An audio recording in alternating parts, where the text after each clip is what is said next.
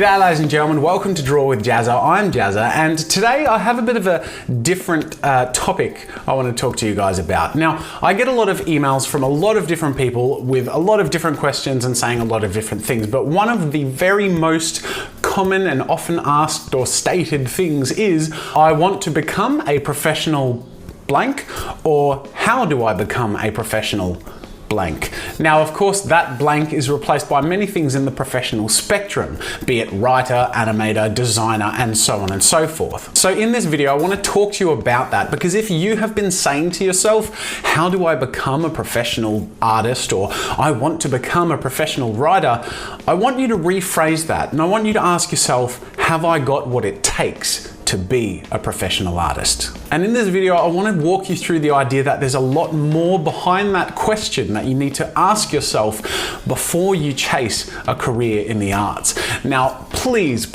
understand that it can't be overstated how important optimism is and how great a glass half full mentality can be, especially if you're chasing an artistic career. But that being said, this video is not like some of my other motivation inspiration videos. This is going to be a bit of a tough love video, because there are so many things that aren't understood by people who jump headfirst into chasing an artistic career. And the problem is, if we jump into that sort of thing in ignorance, we can end up getting quite hurt or really disappointed along the way. So I want to have a really blunt conversation with you guys and talk about some of the major pitfalls and major things people don't see or don't understand about a creative career, so that you can see and face the problems and challenges realistically. But beyond that, understand deep within yourself if this is something you know you will go to the ends of the earth to achieve, while also understanding that even if you do go to the ends of the earth to achieve it, you may not, because many don't. And I'm just going to be totally blunt with you through the whole video, and I hope you can understand why I'm doing this, because this is an important conversation to have with yourself. Because while it's one thing to be a talented or passionate hobbyist, the jump from that to a professional working creative individual is huge. So getting down to business, the first thing I want to talk to you about is the facade. What is the facade? It's the illusion of an easily attainable reality.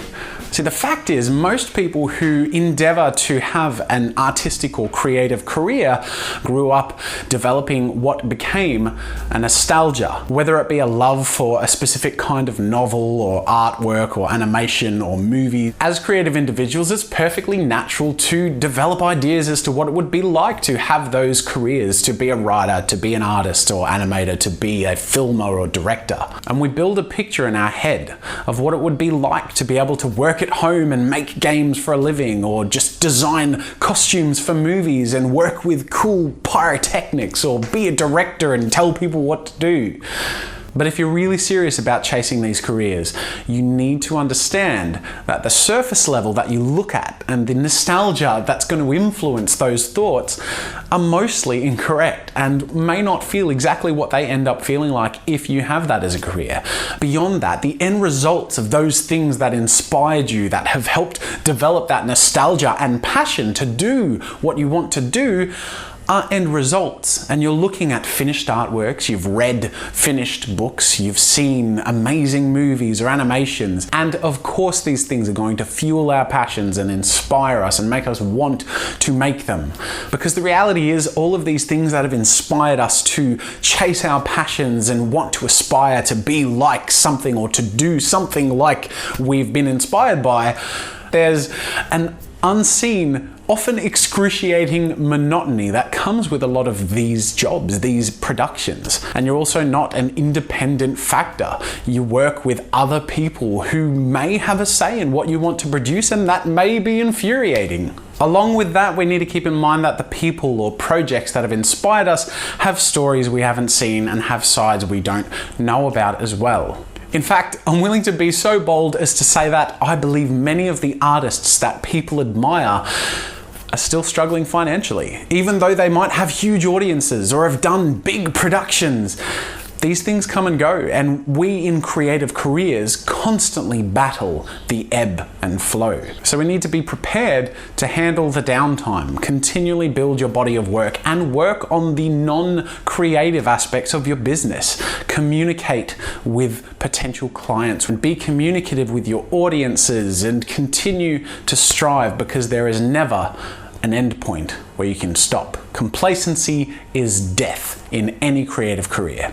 A phrase you'll often hear people talk about, especially in regards to creative careers, if you're seeking to be an actor or actress or an artist of some kind, is to develop what they call thick skin. Now that's true, of course, and what they mean by that is you need to be able to fend off negative criticism and have resolve to continue and to push yourself regardless of what negative influences lie around you. But there are a couple of things I want to mention around this to keep in mind, because having thick skin doesn't necessarily mean being stubborn and walking forward with your eyes closed, because sometimes I believe that's what people think it means. Not only should you have thick skin to be able to fend off negativity and whatnot, you should also understand that you're also going to be fending off boredom and frustration, and you'll be working with people that you absolutely despise. But it's all part of the career. And sometimes you've got to put your own ego down, even though you believe if you have thick skin and you're dedicated, you will become a professional and blah, blah, blah. No, the reality is other people exist in the world around you.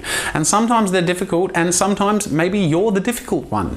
Just try and work with people and understand that everything affects one another, and the way you present yourself and the way you keep your resolve will have a huge impact on where your career goes. And having thick skin is great and hugely important if you're going to have a creative career, but it's also important to keep in mind a couple of other things. And one of those things is that there's a difference between thick skin and just plain old being stubborn.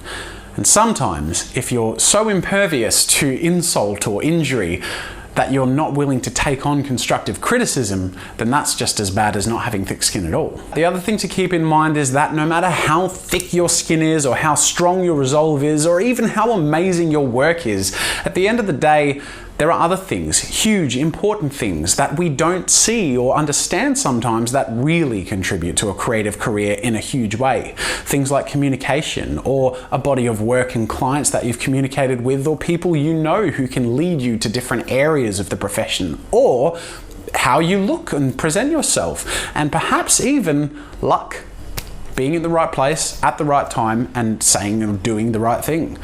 And sometimes missing out on one or more of those things may be as detrimental to a career as not being a very good artist. Now, the next thing I want to talk about is the impact of feedback on a creative career.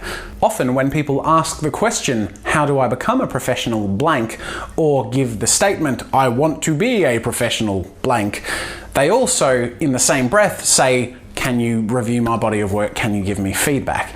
Now, there are some advantages to this, of course, and feedback can be a really uplifting thing, or really give people positive creative energy and, a good direction to go in. But I would strongly caution people when using this method to fuel themselves, because if your primary source of motivation is what other people say about your work, then you're probably not in a good place. What if someone says, yes, that is brilliant? What if they're lying and they don't want to offend you? You haven't learnt anything and you're running on false hope.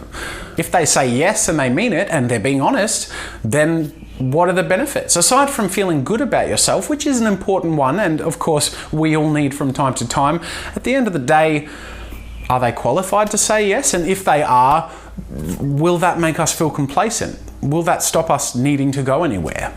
Is that a good thing? What if they say no? Are they qualified to say no?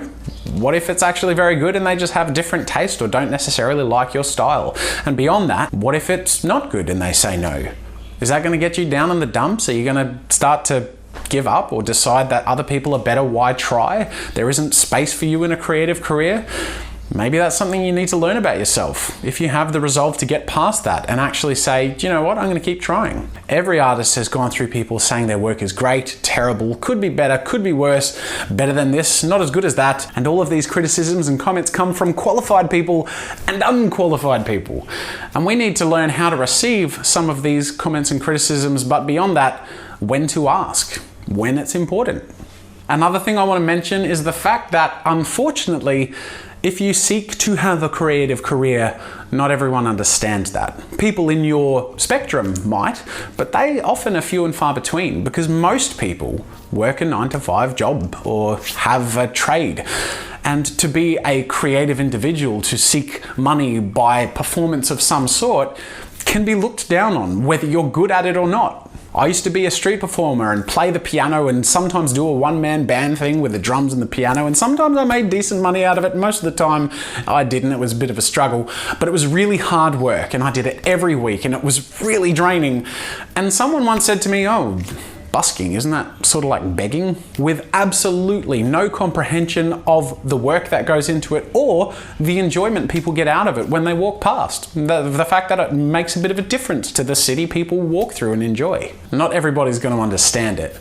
And at the end of the day, if you're not successful and not earning very much money from it, a lot of people will assume you don't have a job, or that you're obviously not good enough.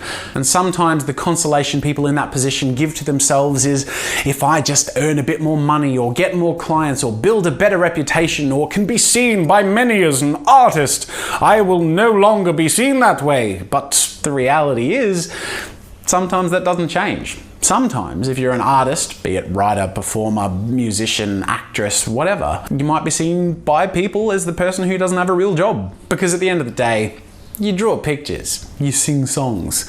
It's not heart surgery, it's not building houses, and it's not teaching people. So it's not really important.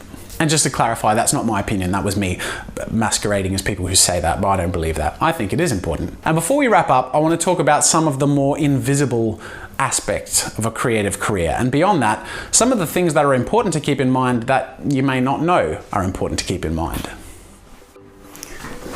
So this is the other side of my office, and I don't show this in videos very often because it's not very exciting.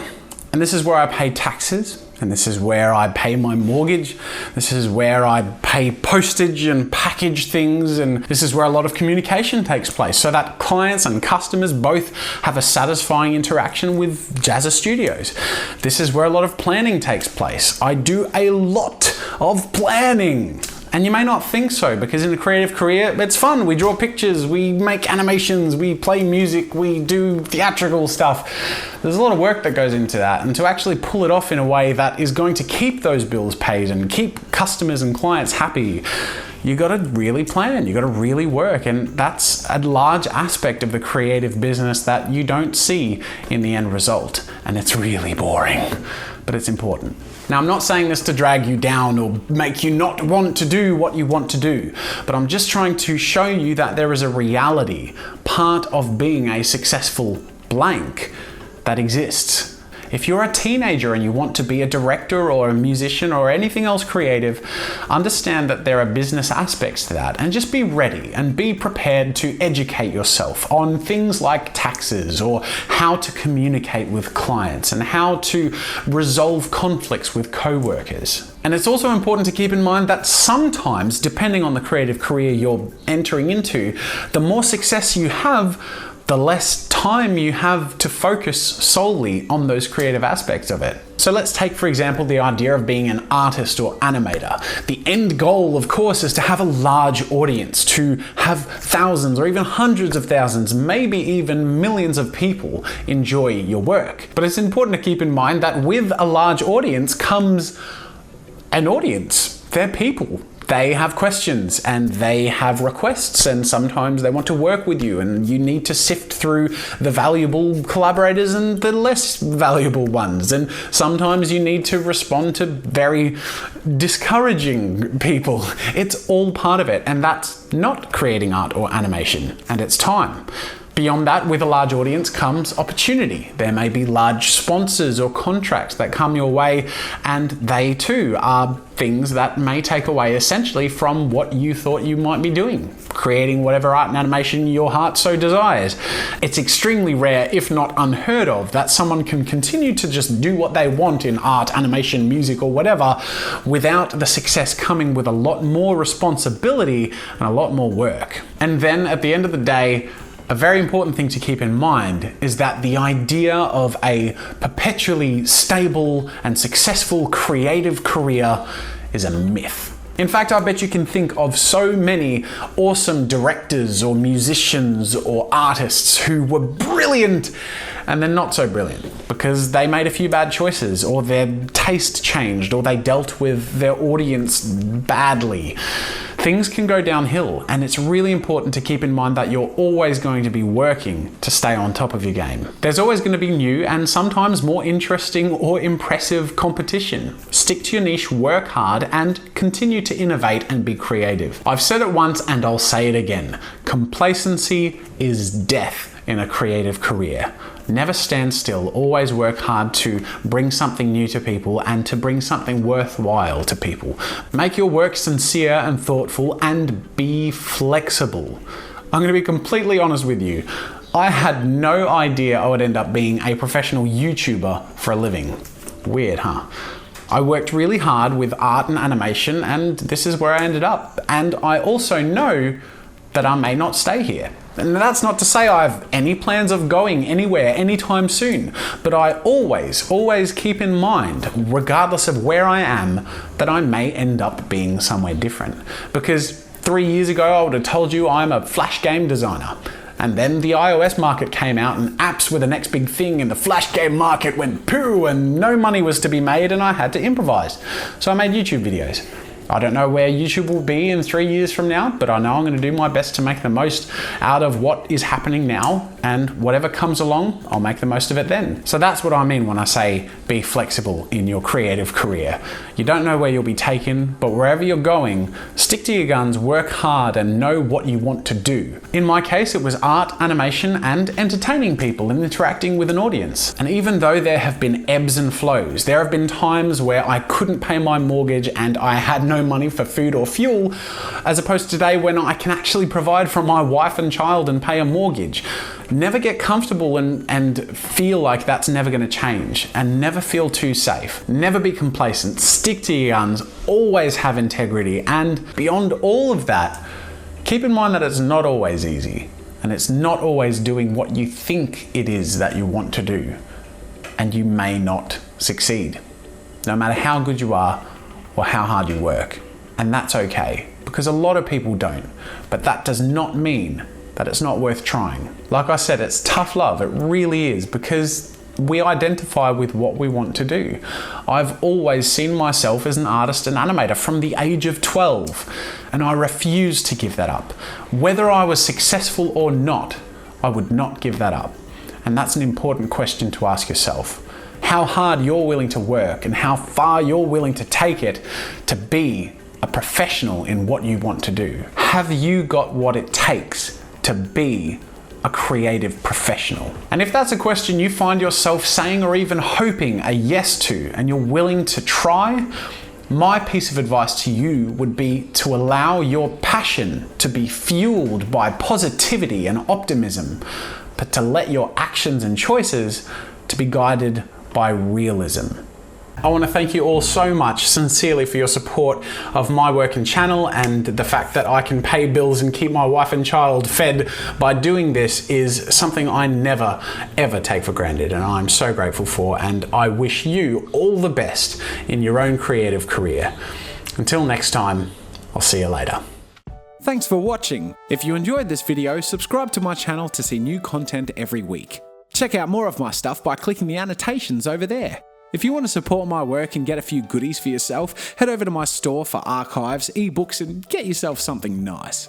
If you're looking for a great place to collaborate, explore, or share your own content, head over to newgrounds.com. That's it for now, and until next time, see you later.